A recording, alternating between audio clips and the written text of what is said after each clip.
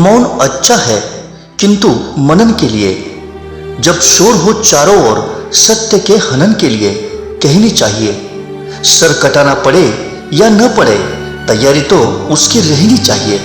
कवी भवानी प्रसाद मिश्र यांची ही कविता निडर साहित्यिकांना उद्देशून असली तरी ती तमाम तत्वनिष्ठ पत्रकारांनाही तेवढीच लागू होते।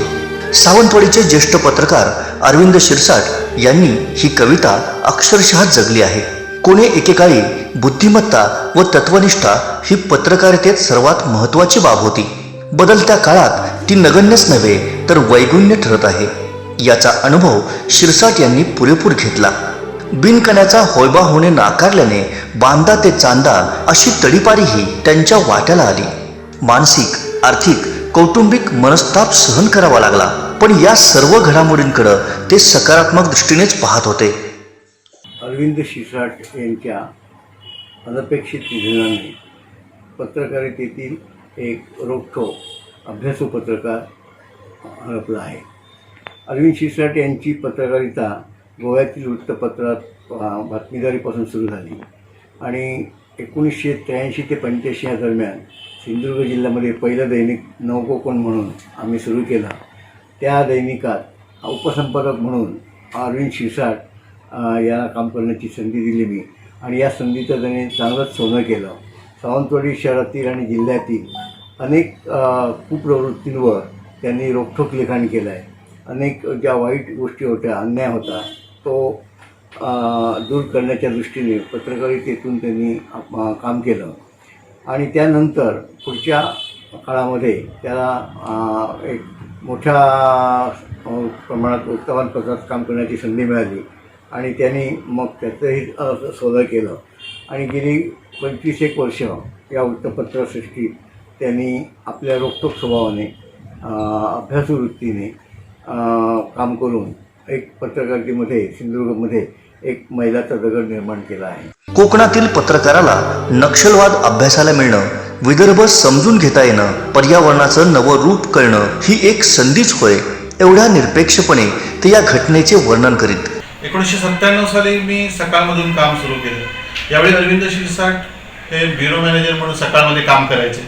अरविंद शिरसाट यांची बातमीदारी आणि शिकवण्याची पद्धत ही चौफेर होती आणि त्यांनी मला बातमीदारी शिकवताना मराठीचे शुद्धीकरण आणि बातमीची भाषा याबाबत बऱ्याच काही धडे दिले आणि यामुळे अरविंद शिरसाट हे किती मोठे पत्रकार आहेत याची जाणीव त्यावेळी मला झाली। मी तिथे 6 महिनेच होतो, पण त्या काळात त्यांनी मला पूर्णतः पत्रकार म्हणून घडवला। ते चांगले फोटोग्राफर होते, अर्थचित्रकार होते। त्यांनी जे अनेक सदरं लिहिली ती इतकी माहितीपूर्ण असतात की त्यातून आम्हाला माहिती मिळत असे। अरविंद शिरसाट हे थोडेसे कडक होते, पण त्यांनी जे अनेक पत्रकार सिंधुदुर्गात घडवले त्या पत्रकारांनी अनेक पत्रकार घडवले, त्यामुळे ते त्यांना आद्यगुरू म्हणता येतील पत्रकारितेतले। अरविंद शिरसाट हे मिश्किल बोलत, अनेक वेळा त्यांनी अशा फिरक्या घेतलेल्या आहेत पत्रकारांच्या आणि राजकारण्यांच्या की मग नंतर त्यांनी कुठेही आवाज केलेला नाही। अरविंद शिरसाट हे पत्रकार, ज्येष्ठ पत्रकार म्हणून माझे आते भाऊ आहेत। त्यांच्याबद्दल सांगायचं म्हणजे पत्रकारितेमध्ये त्यांनी चांगलं नाव कमवलं होतं। लोकांना चांगले मार्गदर्शन करायचे। माझ्याबरोबर पर्यटन सहकारी संस्थेमध्ये ते डायरेक्टर होते, एकत्र आम्ही काम करत होतो। वेगवेगळ्या क्षेत्रामध्ये त्यांचा अनुभव दांडगा आहे आणि अशा पद्धतीने त्यांच्या अशा जीवनामध्ये त्यांनी खूप नाव कमवलं होतं। अरविंद शिरसाटबद्दल सांगायचं म्हणजे खूप त्यांच्याबद्दल सांगायचं आहे। सर्व क्षेत्रामध्ये, राजकीय क्षेत्रामध्ये सुद्धा चांगले त्यांचे संबंध होते। वेगवेगळ्या सगळ्या राजकीय क्षेत्रामध्ये त्यांचे चांगल्या ज्येष्ठ नेत्यांबरोबर चांगले संबंध होते। दंडवतेंबरोबर त्यांनी काम केलेलं होतं। कोकण समजून घेताना, कोकणी माणसांची मानसिकता तपासताना इथले पर्यावरण, राजकारण, समाजकारण, अर्थकारण याचे तानेबाने उकलायचे, तर संदर्भ व्यक्ती म्हणून अरविंद शिरसाट हेच साह्यभूत ठरायचे। हिरव्या कोकणाला रात्रंदिवस ओरबाडत सुटलेल्या आधाशी राजकारण्यांवर अरविंद शिरसाट यांची लेखणी नेहमीच तुटून पडायची। आमच्यासाठी अशी अतिशय अनपेक्षित अशी ही घटना होती। साधारणपणे त्यावेळेला आम्ही एवढा हतबल होतो की काहीही आम्ही करू शकलो नाही स्वतःसमोर असताना. अशा सहज आमच्यातून तो पहाटेला निघून गेला. फार पूर्वीपासून म्हणजे जवळजवळ गेली 40 वर्ष आम्ही काही मित्र, अरविंद, मी असेन म्हणा किंवा आमच्या ओगले असतील किंवा अजून 2-4 जे कोण आमचा जो क्लोज ग्रुप होता, फार म्हणजे भावंडाच्या पलीकडे आम्ही राहिलो. अगदी असं म्हणायला हरकत नाही की अगदी आमच्या सिनियर सतीश पाटणकरापासून, अभयपासून आम्ही असे बरेचसे जण होतो की ज्यांची लग्नातल्या अडचणी अगदी पर्सनली त्यातनं सगळ्यात दूर करून आमच्यासाठी झटणारा, जगायला शिकवणारा आणि प्रत्येक दिवस हा तो जगला. म्हणजे जगायचं कसं, फ्री, कायमची मजा मस्करी, कुठलाही विषय असो. फार अनपेक्षित अशी घटना घडली. त्याच्यामुळे आम्हाला फारच त्रास कसा झाला या अनपेक्षित गोष्टीमुळे. बऱ्याच आहेत. आता दर दिवाळीला आमच्याकडे आम्ही तिघही, आमच्या या 3 फॅमिलीज आहेत, त्याच्याकडे आम्ही जातो पहिल्या दिवशी. त्या दिवशी तर पूर्ण म्हणजे अगदी त्याच्या शालेय जीवनापासूनच्या ज्या काही घटना घडलेल्या म्हणजे कॉमेडी, ऑल कॉमेडी, म्हणजे ते काही असो, त्या मजा मस्करी वगैरे असे विषय आमचे कायमचे म्हणजे रंगलेले असतात. कधी असा सिरियसनेस नव्हता, काही नव्हता. आणि आताचं जर बोलायला गेलं त्याच्याबरोबरची पत्रकारिता मी जी अनुभवली ती एवढी निर्भीड होती. मग कुठलाही तो पॉलिटिशियन असो मग किंवा शास्त्रज्ञ असो, कोणी असो, निर्भीडपणे तो प्रश्न विचारायचा, प्रत्येक गोष्टीचा अभ्यास करून प्रश्न विचारायचा. आणि आज जी खालावलेली पत्रकारिता जी तो बघत होता त्यापासून त्याला ते अलिप्त राहावंसं वाटलं. कारण ते त्याला कुठल्याही गोष्टी त्याला न बघवणाऱ्या होत्या. आणि फार कमी असे असतील ज्या पद्धतीने त्याची पत्रकारिता होती त्यानंतर कधी अशी बघण्यात आली नाही. शेवटची भेट म्हणायला गेलं तर आमची रोजच भेट असते, रोजच आम्ही बोलतो. माझ्या टेरेसवर, त्याच्या टेरेसवर किंवा आम्ही एकमेकांच्या घरी जातो, रोजच असते. असं काही शेवटची अशी आदल्या दिवशी सुद्धा आम्ही बोललो किंवा एक 10-15 दिवसापूर्वी त्याच्या मागच्या पोरसात आम्ही जंगलाची वाढ कशी झाली आहे, त्याला फार जंगल वेळ होतं, तर त्याने बरीचशी मोठी झाडं तिकडे लावलेली, तर त्याची वाढ, त्याला लागणारी फळं, म्हणजे रुद्राक्ष असेल किंवा काही असेल, तर ते दाखवण्यात आमचे जस्ट काहीतरी 20-25 दिवस अगोदर. बाकी आमचं सगळं, आमचा एक खास मित्र, त्याचं त्याला अतिव दुःख झालेलं, तो गेला. तो प्रकाश वंजारी म्हणून, तो त्याचा एकदम क्लोज फ्रेंड होता. मला वाटतं तोही माझी तुमच्या कळसुलकर शाळेचा विद्यार्थी बहुतेक. तर त्याचंही त्याला अतिव दुःख झालेलं. मग तो त्याच्यासाठी आम्ही काहीच करू शकलो नाही ह्याचं त्याला दुःख होतं. म्हणजे मित्रासाठी, मित्र आणि मित्रांच्या परिवारासाठी सतत झटणारा असा आमचा अरविंद. सांगू त्या बाबतीत अतिशय हसत खेळकरा माणूस, माझा मित्र म्हणून घ्यायला आनंद आणि अभिमान वाटावा असा हा माणूस. मी त्याचा शेजारी, पण आजपर्यंत आमचा एक प्रकारचा मार्गदर्शक, हितचिंतक. आणि कुठच्याही बाबतीत अडचण असेल, म्हणजे कुठची एखादं माहिती विचारली आणि किंवा मला माहिती नसेल तर त्याला शंका विचारली, त्या शंकाचं समाधान करणारा, योग्य मुद्देसूद उत्तर देणारा, किंवा कुठचे ज्ञान त्याच्याकडून कधीही मिळावं सगळ्या बाबतीत, ते गणित असेल, मराठी असेल, इंग्रजी असेल, असं चौफेर त्याचं जे काय त्या पत्रकारिता असेल त्या क्षेत्रामध्ये त्याने बरंचसं नाव कमवलं होतं. त्याच्यात जाणता वावर होता. अशा पद्धतीने केव्हा आम्हाला उपयोगी पडला. मी बँकेत काम करत असताना काही वेळा मला इंग्लिश शब्द सुद्धा अडायचे, मेल पाठवताना किंवा इतर काही गोष्टी जर मला अडायच्या त्यावेळी मी त्यांना विचारायचो नेमका हा शब्दाचा नेमका अर्थ काय किंवा आणखी नेमकी बाजू काय, तर ती व्यवस्थित तो नेमकेपणे चपखलपणे सांगायचा. अशा पद्धतीचा आमचा हितचिंतक किंवा जो मार्गदर्शक असेल, एक ज्ञान देणारा माणूस आम्ही गमावला आहे. काळाच्या पडद्याआड तो गेलेला आहे, अचानक गेलेला आहे. हे त्याच्यापेक्षा दुःख मोठं आहे. रोज आम्हाला भेटणारा माणूस, दैनंदिन आमच्या वावर असताना शेजारीच असल्यामुळे असा हा माणूस गेला. पत्रकारितेमध्ये त्याने खूप धडपड केली, बालपणापासून स्ट्रगल केला, म्हणजे पत्रकारितेत आल्यापासून.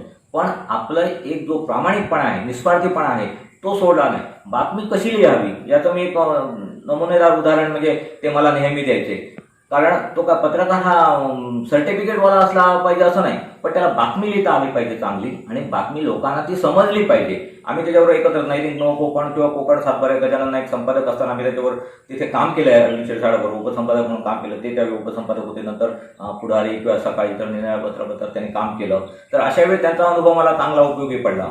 शिवाय ते एक एवढे भिडस्त स्वभावाचा माणूस नाही. एक त्या 80-85 सालामध्ये प्रफुल्ल जोशी म्हणून इन्स्पेक्टर होते, किंवा आणखी एक सुधीर जोशी म्हणून सरकारी इन्स्पेक्टर होते. लोक त्यावेळी जरा थोडंसं इन्स्पेक्टर किंवा पोलीस म्हटलं की घाबरायचे. पण आम्ही जेव्हा बातमीसाठी त्यांच्याकडे जेव्हा कम्युनिकेट करायचो तेव्हा मी सुरुवातीला भेडबाळ बाळगून जायचो पोलीस इन्स्पेक्टरकडे कसं जायचं माहितीसाठी. पण त्याने ते एक मला सूत्र सांगितलं, आपण भेडबाळ कशाला बाळगायची, आपण लोकांसाठी हे काम करतो, अशी भेडबाळ बाळगायची कोणतीही गरज नाही, किंवा आपण कोणाचे मिंढे नाही, किंवा आपल्यामध्ये कोणाचं स्वार्थी वृत्ती नाहीये. सरळ जे काय ते बातमी घ्यायची, त्याला सरळ काय असेल तर प्रश्न विचारायचे. म्हणून त्यांच्या पत्रकारिता जी आजकालची जी पत्रकारिता आहे आणि त्यावेळीची पत्रिका, हा मला तो प्रकर्षाने फरक मला जाणवतो. आजकाल म्हणजे पत्रकार परिषदेमध्ये पत्र विचारणारा निर्णय प्रश्न विचारणारा अरविंदच असायचा, आणि त्याचे सुद्धा उत्तरं देताना भल्या त्या नेत्यांना किंवा त्या मंत्री असतील किंवा आणखी अधिकारी असतील त्यांना घाम फुटायचा. त्याचे अतिशय मुद्देसूद आणि चपखल प्रश्न असायचे. त्याच्यामुळे त्याचं ते सकाळमध्ये त्याने शेवटपर्यंत काय काम केलं, त्यावेळी एक प्रकारचा दर्जा सुद्धा ह्या प्राप्त झालेला होता. सिंधुदुर्गमध्ये अरविंद शिरसाटांनी बातमी लिहिणं, छापणं ती, आणि ही जी काही प्रकारची जी काय ती प्रामाणिकपणा होती, एक जो स्टँडर्ड होता तो निश्चितच उंचावणारा होता. अशा प्रकारे त्यांनी पत्रकारितेत सुद्धा मध्ये यशस्वी काम केलं. सुको गजर हे त्यांचं जे सदर होते ते अतिशय मालवणी भाषेला, अतिशय मालवणी भाषेची गोडी वाढवणारं, लोकांना आवड निर्माण करणारं असं हे होतं. कोकण रेल्वेमुळे झालेली पर्यावरणाची अपरिमित हानी कशी भरून काढायची याची त्यांना सतत तळमळ लागून राहिलेली असायची. महाराष्ट्रातील एकमेव पर्यटन जिल्हा असलेल्या सिंधुदुर्गला पर्यावरणीय तथा सांस्कृतिक पर्यटनच दीर्घकाळ कसे तारू शकेल हे ते सांगायचे. आजच्या पत्रकारितेत काही राम राहिला नाही हा उदासवाणा सूर पाहून ते महात्मा गांधीजींचे एक वचन ऐकवायचे. प्रतिकूल परिस्थितीत माणसानं शून्यवत होऊन आपलं काम करत राहिलं पाहिजे. हा काळ आपला नसला तरी आपलं अस्तित्व उद्यासाठी चिवटपणे टिकवून ठेवणं गरजेचं आहे असे ते सांगायचे. पत्रकारितेतल्या नव्या प्रयोगांना, अत्याधुनिक तंत्रज्ञानाला ते नेहमीच प्रोत्साहन देत असत. खरं सांगायचं तर अरविंद शिरसाट आणि यांची माझी ओळख साधारणपणे गेल्या 10 वर्षातलीच आहे. परंतु ज्यावेळी आम्ही माजी विद्यार्थी संघ आणि या शाळेसंबंधी काही कार्यक्रम घेऊन विचार करत होतो, त्यावेळेला मला अरविंद शिरसाटांची आणि माझी पहिल्यांदाच ओळख झाली. आणि पहिल्या भेटीतच लक्षात आलं की हा एक हाडाचा कार्यकर्ता आहे. त्यांचा पेशा जरी वृत्तपत्रातला असला तरी पण त्यांची एकंदरीत काम करण्याची जी पद्धत माझ्या 2-3 भेटीतच लक्षात आली. आणि त्या कार्यामध्ये मला काही तरुण मंडळीची, माझ्यापेक्षा तरुण मंडळीची आवश्यकता होती. त्याच्यामध्ये अरविंद मला अगदी वेळेवर सापडले. आणि एकदा त्यांची आणि माझी ओळख आणि कार्याची त्यांना माहिती झाल्यानंतर त्यांनी ज्या पद्धतीने माजी विद्यार्थी संघाची इथे पुनर्स्थापना केली किंवा सावंतवाडी एज्युकेशन सोसायटीची ज्यावेळी निवडणूक घ्यायची ठरली त्यावेळी मी प्रत्यक्ष इकडे नव्हतो, काही कारणामुळे मी इथे नव्हतो. तर त्यांनी ती सर्व जबाबदारी आपल्या खांद्यावर घेऊन त्या सर्व निवडणुकीचं एक प्लॅनिंग म्हणजे काय असतं हे लोकांना दाखवून दिलं. आणि अतिशय उत्कृष्टपणे त्यांनी एक भवानी पॅनेल नावाचं एक पॅनेल उभं केलं होतं. आणि ती निवडणूक यशस्वीरित्या त्यांनी ती पार पाडली. आणि खूप चांगलं काम त्यांनी कसं करायचं असतं ह्याचं एक उदाहरण सर्व नवीन तरुण मंडळीला दाखवून गेलेलं आहे. त्यांची ते पत्रकार असल्यामुळे त्यांची दृष्टीच पत्रकाराची होती. कुठे जातील तिकडे त्यांना एखाद्या गोष्टीतल्या किंवा एखाद्या कुठल्या जो काय प्रसंग असेल त्या प्रसंगामध्ये कसं काही बरोबर कसं व्हायला पाहिजे, कुठली चूक व्हायला नको, आणि परफेक्शन कसं असलं पाहिजे, प्रत्येक गोष्टी काटेकोरपणे अगदी प्लॅनिंग करून कोणी तिकडे आपल्याला नावं ठेवता कामा नये अशा प्रकारे त्यांचा विचार असल्यामुळे ते प्रत्येक कार्यामध्ये यशस्वी होत गेले. त्यामुळे तशा पद्धतीने काही वेळा त्यांनी इतरांचा रोषही उडून घेतलेला आहे.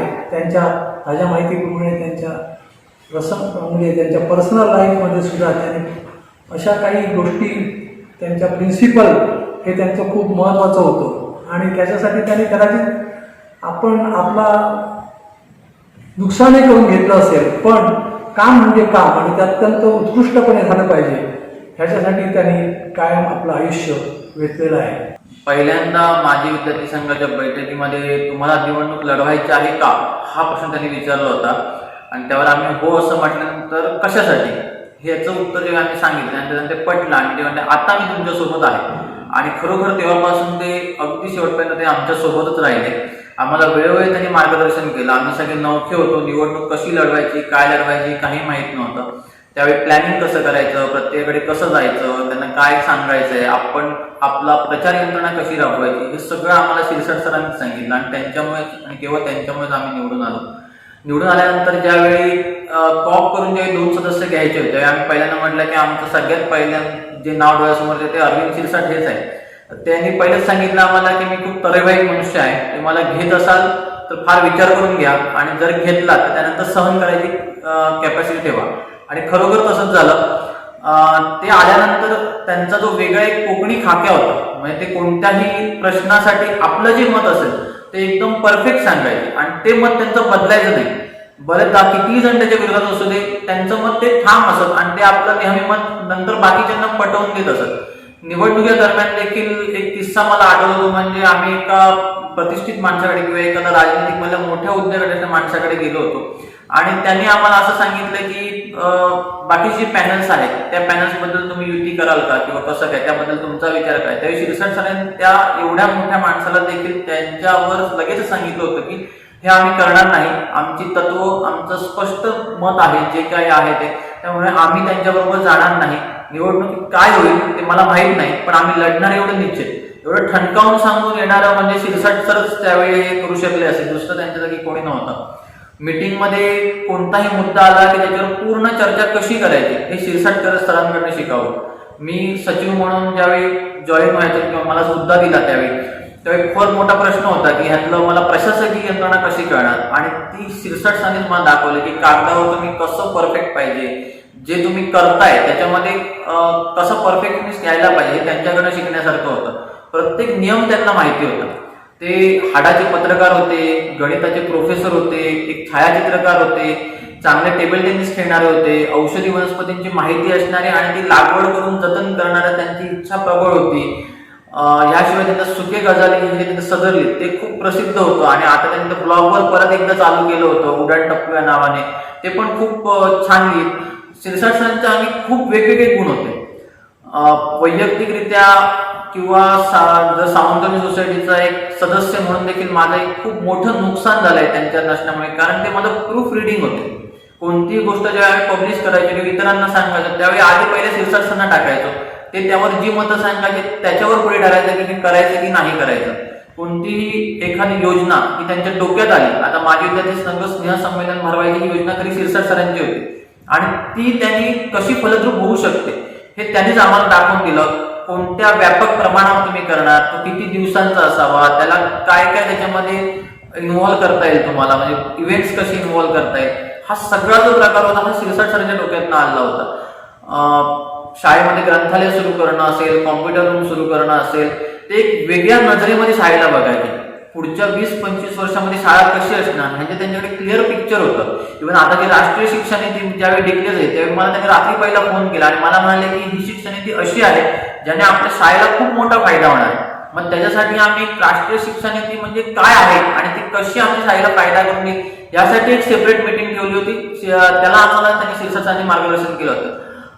दुर्दैवाने तिथे आमची त्यांच्याबरोबरची शेवटची मीटिंग ठरली. अगदी 2 दिवस आधी पण त्यांच्याशी फोनवर बोललो होतो एका कार्यक्रमासंदर्भात. त्या देखील त्यांची मतं त्यांनी मला सांगितली होती की आतापर्यंत त्यांनी कसा कार्यक्रम केला आणि त्यातनं कसे फायदे होत गेले या संदर्भामध्ये. त्यांच्याकडनं खूप काही शिकण्यासारखं होतं. त्यांना गमावून आम्ही आमचा एक दिलदार मित्र म्हणा किंवा एक मार्गदर्शक मोठा गमावला आहे याबाबत नक्कीच. अगदी शिरसाट सरांचे असते सुक्या गजालीमध्ये असते मालवणी सदर लिहितात, तसं आम्हाला आता एक वाटतंय की सर तुम्ही आमका फसायला. कोकणचं महाचॅनेल सिंधुदुर्ग लाईव्हच्या अनेक चर्चांमधून सहभागी होत ते आपलं स्पष्ट मत आग्रहाने मांडत.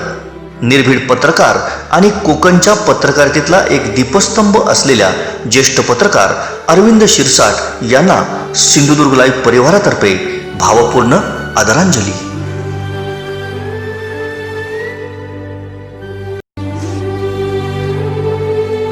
ज्येष्ठ पत्रकार कैलासवासी अरविंद शिरसाट यांना भावपूर्ण श्रद्धांजली. शोकाकुल राजू मसूरकर, सामाजिक कार्यकर्ते.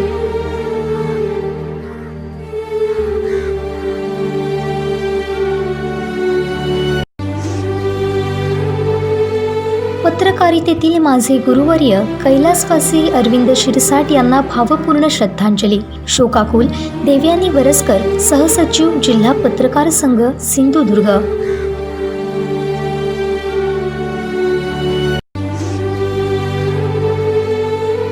ज्येष्ठ पत्रकार कैलासवासी अरविंद शिरसाट यांना भावपूर्ण श्रद्धांजली. शोकाकुल सावंतवाडी एज्युकेशन सोसायटी.